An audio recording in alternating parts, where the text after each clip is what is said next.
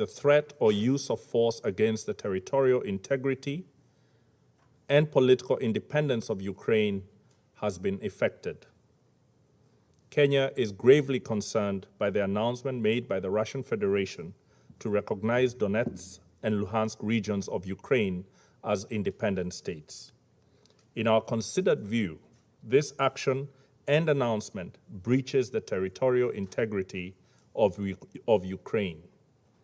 We do not deny that there may be serious security concerns in these regions, but they cannot justify today's recognition of these regions as independent states, not when there are multiple diplomatic tracks available and underway that have the ability to offer peaceful solutions.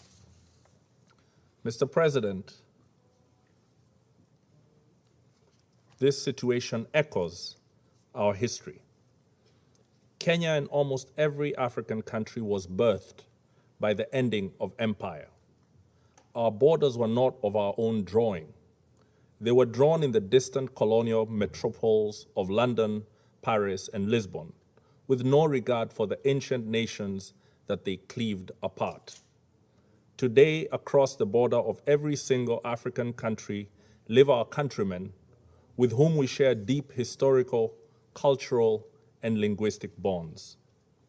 At independence, had we chosen to pursue states on the basis of ethnic, racial, or religious homogeneity, we would still be waging bloody wars these many decades later.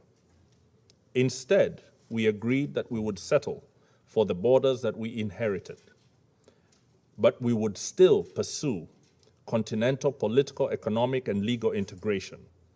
Rather than form nations that looked ever backwards into history with a dangerous nostalgia, we chose to look forward to a greatness none of our many nations and peoples had ever known. We chose to follow the rules of the Organization of African Unity and the United Nations Charter, not because our borders satisfied us, but because we wanted something greater, forged in peace. We believe that all states formed from empires that have collapsed or retreated have many peoples in them yearning for integration with peoples in neighboring states. This is normal and understandable. After all, who does not want to be joined to their brethren and to make common purpose with them? However, Kenya rejects such a yearning from being pursued by force. We must complete our recovery from the embers of dead empires in a way that does not plunge us back into new forms of domination and oppression. We rejected irredentism and expansionism on any basis, including racial, ethnic, religious, or cultural factors. We reject it again today.